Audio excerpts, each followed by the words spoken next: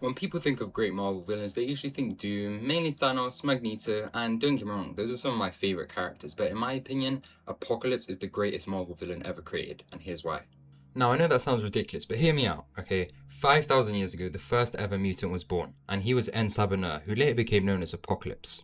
His origin and birth is one of the saddest stories in Marvel, in my opinion. His mother abandoned him in the middle of a desert as an infant purely because of the way he looked, and from then, he was eventually captured and was a slave. He was a slave for a while until he was eventually saved and taken in by a group of sandstormers whose leader was Baal. This was crucial to Ner's rise to power because Baal taught him one important lesson: only the strong survive, and that then became Apocalypse's entire philosophy. And as Ner grew older, his immensely powerful mutant abilities started to grow stronger. He could transform his limbs into weapons, grow himself to any size, and he eventually defeated the dictator of Kang the Conqueror, who was then known as Ramatut, and managed to find celestial advanced technology to make him even more powerful and transport through time. Now that's when Ner officially became Apocalypse, and what I find most interesting about Apocalypse to me is that he doesn't really hate people, he doesn't want to just destroy people or just get revenge. He wants to force evolution because he feels people who are not strong are not fit to survive, they don't deserve to live, so he must exterminate them.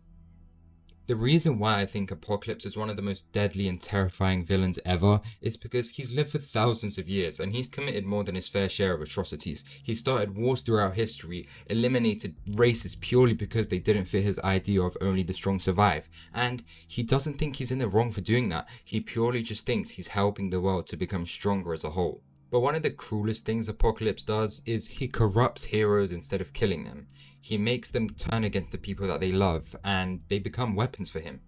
And this is all without mentioning the Age of Apocalypse, which is one of the scariest alternate realities that there's ever been in Marvel. In this timeline, Charles Xavier dies before he can form the X-Men, leaving no one capable of stopping Apocalypse. He conquers so much of the world, millions are killed, humans are hunted, and society essentially collapses under his rule. The Age of Apocalypse is pretty much the nightmare scenario of if Apocalypse were to ever truly win. Now let's talk about the Four Horsemen of Death, which are arguably Apocalypse's most iconic creations. This is when he recruits powerful mutants and he breaks them mentally and rebuilds them into his loyal servants ready to do his bidding. The most famous example of this is Warren Worthington, also known as Angel, who became Archangel. He was originally one of the X-Men's kindest heroes, but Angel was captured and transformed. His feathered wings were replaced with sharp razor wings, and they were capable of firing poisonous blades. The saddest thing about this is Apocalypse doesn't just change the person's body, he completely changes who they are. If you've watched X-Men 97, we'll have already seen the Horsemen of War, but we're soon to see Gambit become the Horseman of Death, which is really going to be tragic when Rogue sees him. Now, I think one of the main reasons why people don't truly appreciate Apocalypse and the great villain that he is because he hasn't had the most representations in shows and movies. Where we have Thanos, who in Infinity War and Endgame, he's arguably one of the greatest villains ever.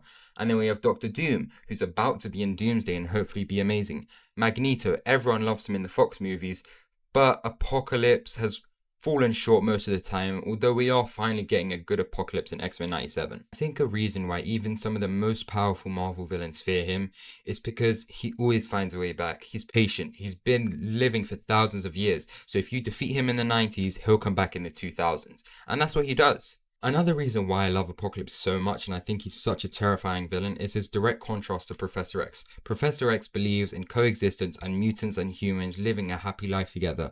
Whereas Apocalypse, his ideology, he still believes he's doing the right thing, and in a way he's being kind, but in reality he's just slaughtering all of those that don't fit his standard of strength. I think he's a lot more akin to Magneto. However, Magneto, he won't just slaughter random civilians because they don't agree with him, usually. But if those random civilians come after the mutant kind, then he will do some of the similar things Apocalypse will and destroy them.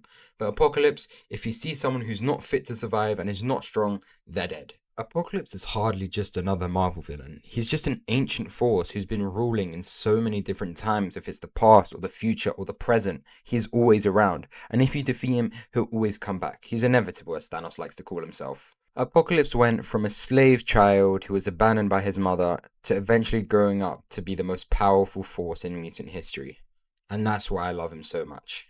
So yeah, let's hope that X-Men 97 Season 2 does Apocalypse justice, but judging off the first 4 episodes, it looks like we're in for a banger, so stay tuned. And yeah, that's why Apocalypse is the GOAT. If you enjoyed, let me know what other characters I should make videos on. Subscribe, comment, show some support if you enjoyed and you made it up to here, so you clearly did.